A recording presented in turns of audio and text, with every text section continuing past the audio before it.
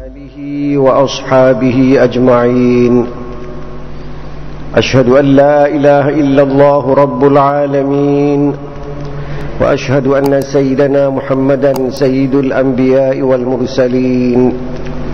اللهم صل على سيدنا محمد وعلى آله وأصحابه أجمعين. عباد الله، hadirin hadirat peserta halaqah maghrib pada Masjid Raya Baitur Rahman, Banda Aceh,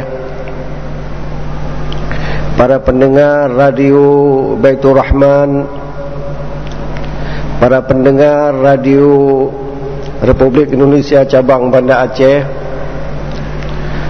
para pendengar radio Serambi FM, dan para pendengar radio-radio lainnya yang turut serta menyebarluaskan halaqah maghrib dari Masjid Raya Baitur Rahman yang kita cintai ini. Marilah kita panjatkan puji dan syukur kepada Allah Subhanahu wa ta'ala yang terus menerus memberikan rahmat dan karunia-Nya kepada kita semua sejak kita lahir sampai waktu sekarang ini. Sungguh banyak nikmat Allah yang datang kepada kita. Di antaranya adalah udara yang kita hirup. Kalau kita ingin membayarnya, pasti kita tidak sanggup membayarnya. Sebab kalau udara itu tidak sampai ke dalam rongga kita, kita terpaksa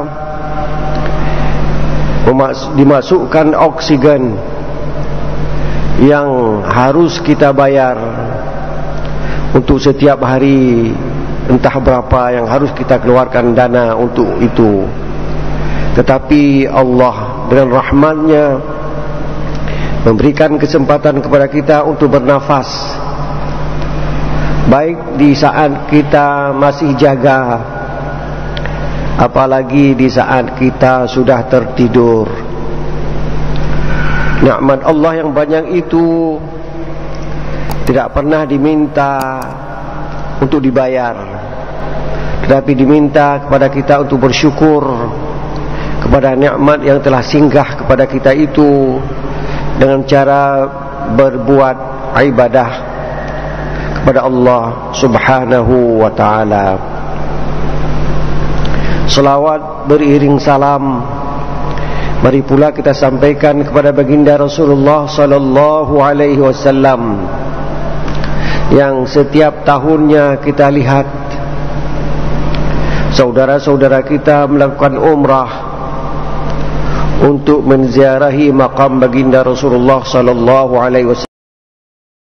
Salah satu teman dengan teman yang lain. Orang tua kita punya teman. Kita sering dibawa oleh orang tua ke rumah tersebut. Orang tua kita telah meninggal. Kita disunatkan untuk menyambung kembali silaturahim orang tua kita, untuk kita datang ke rumah tersebut, berkunjung ke rumah tersebut, paling tidak di saat ada hari raya. Itu sifat yang kedua. Mereka tidak mau ada hubungan silaturahim. Banyak orang yang rumahnya berdampingan, satu pagar, tapi tidak pernah tegur menegur. Seperti kita lihat di kota-kota besar, rumah susun. Mereka turun satu building dengan lift, tapi tidak bicara, tidak tegur menegur, tidak saling menziarahi. Itulah kehidupan sekarang ini. Islam menganjurkan untuk kita paling tidak mengunjungi teman-teman kita di saat dia mendapat musibah, meninggal orang tuanya, meninggal anaknya, meninggal istrinya, kita mengunjunginya. Dia tinggal dirawat di rumah sakit. Kalau sekarang agak susah karena pandemi, tapi kalau tidak kita bisa masuk. Kalau sekarang diatur hanya satu orang bisa masuk, yang lain harus menunggu di luar. Wa yufsiduna fil ard, mereka membuat kerusakan di muka bumi. Kenapa? Karena dia ingin mengambil kebaikan yang cepat. Misalnya, banyak kayu-kayu yang ada di gunung dipotong untuk mengambil hasil secepatnya. Bisa kaya seketika, bisa beli mobil, bisa bikin rumah dan sebagainya. Tapi dia tidak tahu bahawa musibah yang datang sesudah itu, dengan adanya banjir bandang yang menghanyutkan rumah-rumah yang dibangun oleh orang tersebut atau yang dibangun oleh orang lain. Karena musibah itu bukan hanya datang kepada orang yang berbuat salah, kepada orang yang tidak berbuat salah pun, kalau dekat dengan orang tersebut akan kena musibah itu. Wa yufsiduna fil ard, berbuat onar, berbuat kesalahan di muka bumi. Allah memberikan rezeki kepadanya seperti hijau. Hijau itu enau. Itu halal kita minumnya, manis, tapi dibuat menjadi khamar, disimpan entah berapa hari, entah 3 hari, entah 4 hari, sudah dikhamar, diminum. Itu membuat akalnya tidak beres lagi, dan itu haram untuk diminum oleh orang-orang yang beriman kepada Allah Subhanahu wa ta'ala. Ulaika lahumul la'nah, pada orang itu mendapat laknat Allah. Sifat yang pertama, melanggar janji.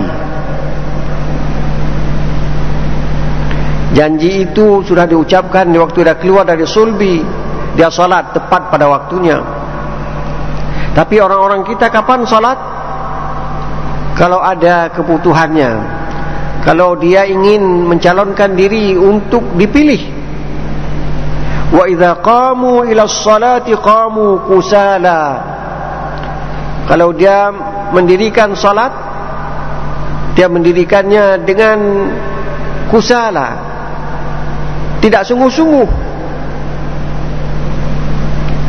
Yura'unan nas, diperlihatkan kepada manusia bahawa ini saya orangnya orang salat, orang selalu salat, bukan karena beribadah kepada Allah Subhanahu wa ta'ala, tapi untuk mencari popularitas agar dipilih dalam waktu-waktu tertentu.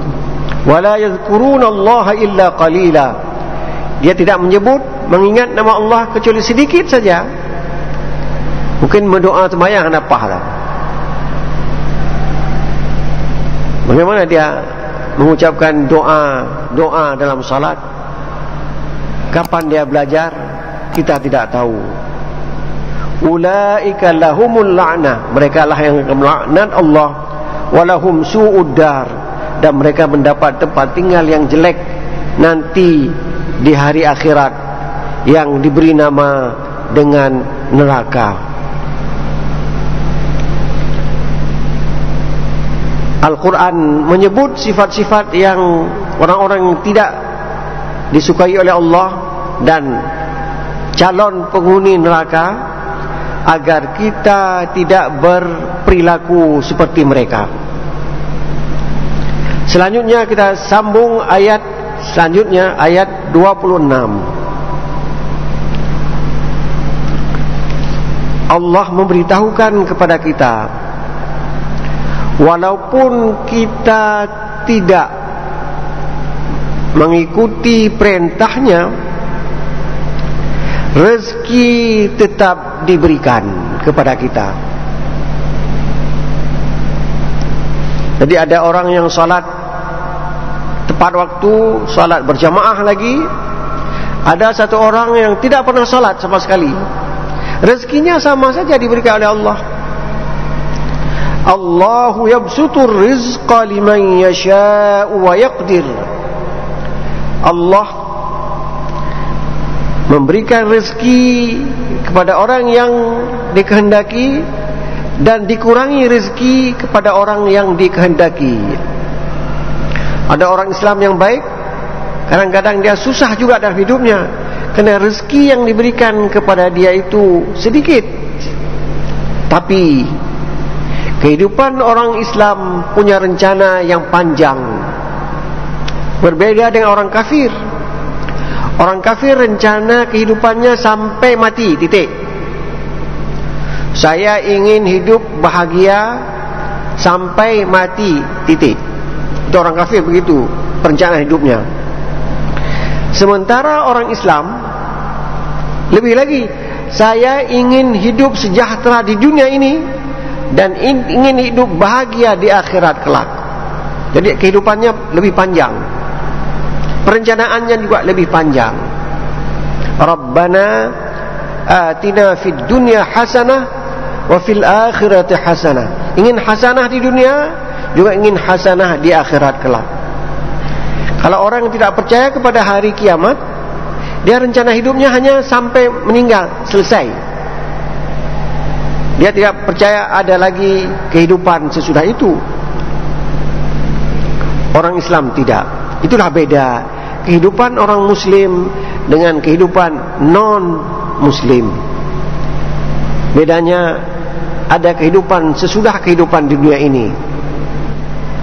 Jadi kadar rezeki yang diberikan itu bukan berarti kalau sudah diberikan rezeki itu berarti orangnya dekat dengan Allah. Kalau dia hidup sederhana, dia dari dulu sampai sekarang hanya ada sepeda motor saja, tidak pernah naik mobil. Yang na Honda tak mentong, motor hentam na. Apakah orang itu jauh dari Allah? Tidak. Bukan itu ukurannya. Ada orang yang sejak lahir sudah ada mobil, sampai mati ada mobil. Ada orang ketika lahir yang paling nak sepeda, gari. Orang paling dega ke belakang Honda, motor Honda. Apakah orang itu jauh dari Allah? Tidak. Rezeki itu diberikan kepada siapa saja di dunia ini, dan Allah memuliakan atau menghina orang bukan dengan ukuran rezeki. Kita baca Al-Quran yang berbunyi, فَأَمَّا الْإِنسَانُ إِذَا مَبْتَلَاهُ رَبُّهُ فَأَكْرَمَهُ وَنَعَّمَهُ فَيَقُولُ رَبِّي أَكْرَمَنِ. Manusia, ada manusia apabila dicoba oleh Allah, cobaan itu membahagiakan dia. Fa'akramahu, dimuliakan dia, diberi jabatan dia. Ada orang yang sejak bekerja sampai dengan pensiun terus ada jabatan dia. Mula-mula eselon 4, naik eselon 3, naik lagi eselon 2 dan seterusnya. Dia terus ada. Apakah jaminan orang itu dekat dengan Allah? Belum tentu. Itu cobaan. Cobaannya dengan kebahagiaan di dunia. Bila manusia dicoba oleh Allah, lantas dimuliakan dia, wa na'amahu, diberi nikmat kepada dia. Hidupnya nikmat, uangnya banyak, kedudukannya tinggi, sakitnya tidak banyak. Fayaqulu Rabbi akraman. Dia berkata, Tuhanku memuliakan aku. Apakah itu ukurannya? Tidak. Wa amma idza mabtalahu faqaddara alaihi rizqah fayaqulu rabbi ahanan. Sebaliknya, kalau dia dicoba dengan kesempitan hidup, rezekinya dibatasi, dia berkata, Tuhanku telah menghina aku. Tidak. Coba dengar sebuah hadis yang berbunyi, diriwayatkan oleh Imam Tirmizi. Bunyinya begini: Nama Rasulullah sallallahu alaihi wasallam ala hasir. Tidur baginda Rasulullah tidur di atas tikar. Tikar yang mungkin dibuat dari daun korma. Kalau dulu kita susah lihat daun korma, sekarang sudah banyak korma. Di sini pun banyak daun korma. Di Masjid Raya Baitur Rahman di depan itu ada, entah bagus daunnya, saya enggak pernah lihat. Kalau kita mau pergi saja ke sana, ke Belang Bintang, itu banyak batang korma.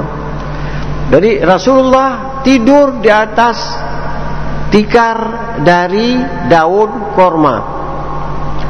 Waqad athara fi jambihi, maka berbekas pada tubuhnya.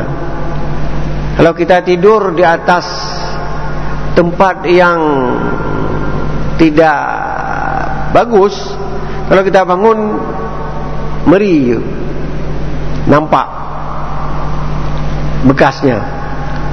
Faqulna, para sahabat berkata, Ya Rasulullah, wahai Rasulullah, lau akhadna laka wata'an, kalau kami menyediakan kasur untukmu, untuk kamu tidur, jangan seperti sekarang ada bekas di tubuhmu, jid laginya, boleh demikian. Nah, gitulah sayangnya para sahabat kepada baginda Rasulullah ketika dilihat pada satu hari dia tidur di atas tikar dari pelepah korma.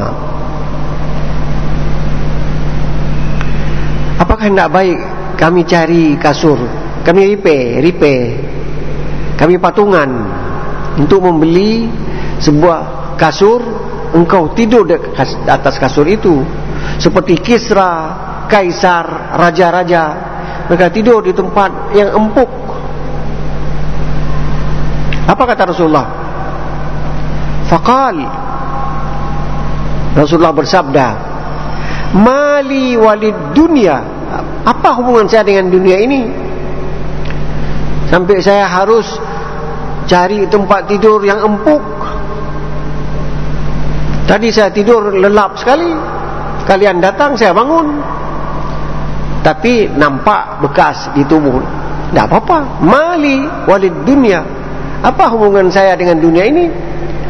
Ma ana fid dunya illa karakibin, saya di dunia ini persis seperti seorang penumpang. Istazalla tahta syajaratin, yang bernaung di bawah sebatang pohon. Dia berjalan di padang pasir yang panas, lantas dia merasa letih, ingin tidur, maka dia istazalla, bernaung di sebatang pohon, tidur di situ. Summa raha wa tarakaha, nanti sudah bangun dia jalan lagi, kerana perjalanannya belum sampai kepada tujuan. Jadi kita di dunia ini seperti seorang musafir. Tujuan kita adalah akhirat, syurga. Yang kita ceritakan pada dua malam yang lalu, 2 Sabtu yang lalu, tentang Jannatu Adnin, syurga yang namanya syurga Adnin. Yadkhulunaha, mereka masuk ke dalamnya. Wa man salaha min abaihim, dan orang-orang soleh dari bapak-bapak mereka, anaknya masuk syurga Adnin, dia bawa ayah-ayahnya yang saleh, yang beribadat seperti dia, masuk juga surga Jannatu Adnin.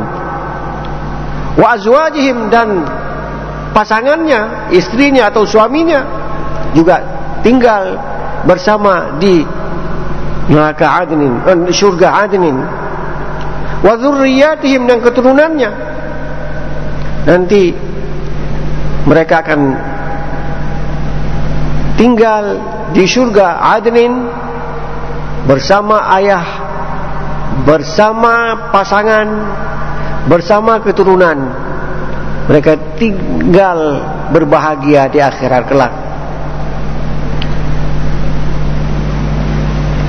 Jadi itu cerita yang mengatakan bahawa banyak rezeki atau tidak banyak rezeki bukan ukuran. Kalau Allah banyak rezeki, dekat dengan Allah. Tidak banyak rezeki, jauh dengan Allah, tidak. Rasulullah sendiri tidur di atas tikar dari pelepah korma.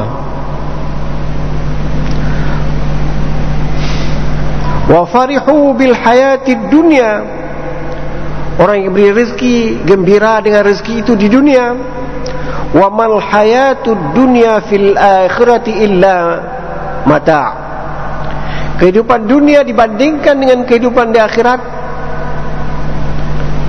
sedikit sekali.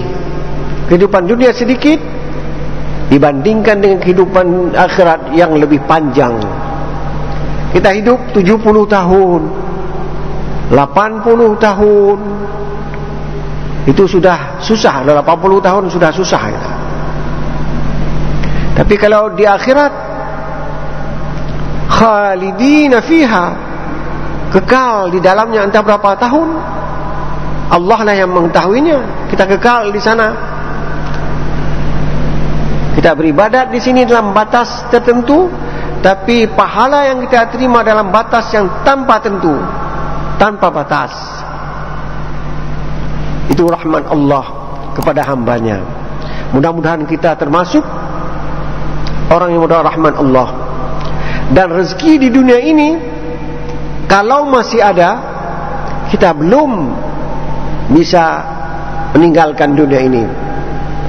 Inna nafsan lan tamut, sebuah jiwa tidak akan mati hatta tastakmila rizqaha, sehingga habislah rezekinya baru kita meninggal. Berapa banyak orang-orang yang sakit bertahun-tahun tidak meninggal kerana rezekinya masih ada. Habis rezeki baru kita meninggal. Kemudian hadirin berbahagia, para ulama berbeza pendapat yang dimaksud dengan rezeki yang halal saja atau yang haram. Para ulama mengatakan yang dimaksud dengan rezeki yang halal juga rezeki, yang haram pun juga rezeki. Marilah kita gunakan rezeki yang halal, jangan kita terima rezeki yang haram.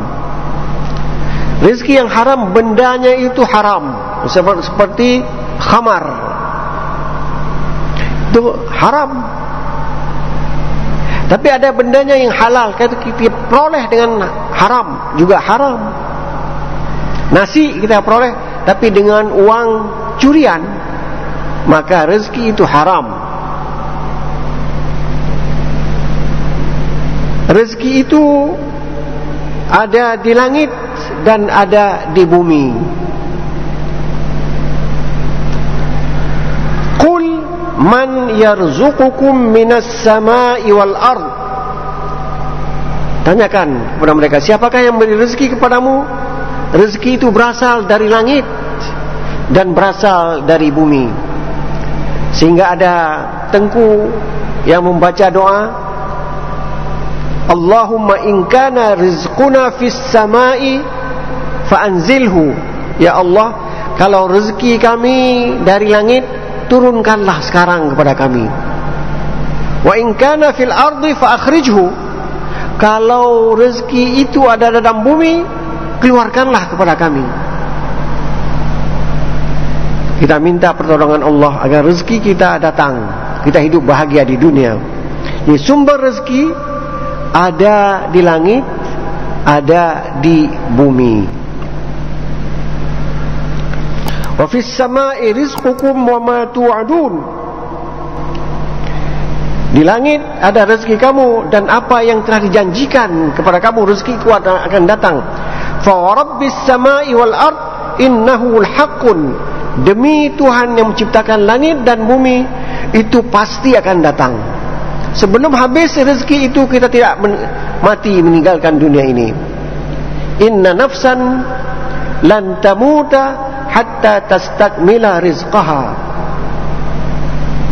Sebuah jiwa tidak akan meninggalkan dunia ini sebelum rezeki yang diberikan kepada dia habis.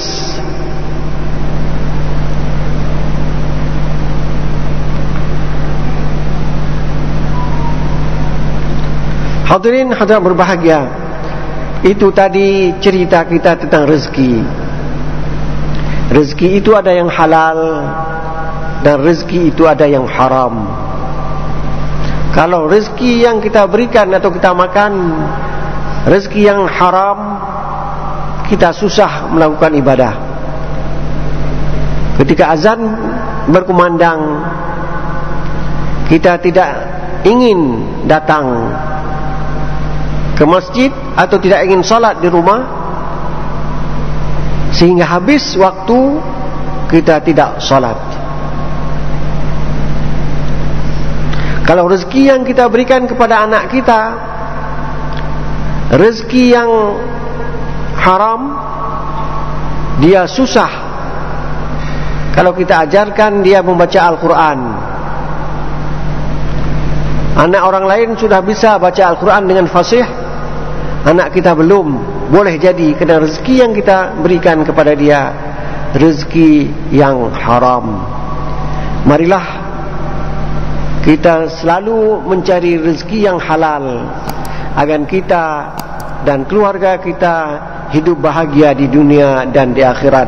Wassalamualaikum warahmatullahi wabarakatuh.